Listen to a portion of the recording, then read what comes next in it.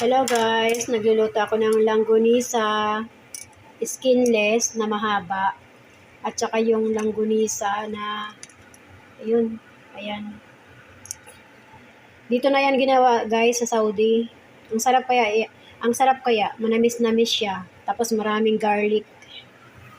Tapos yung ito, tusino daw ito.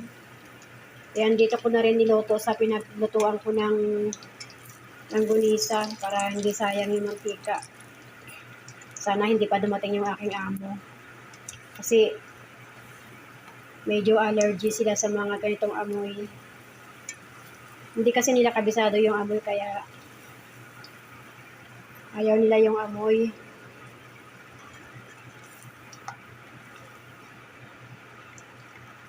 Ayan guys, luto na siya.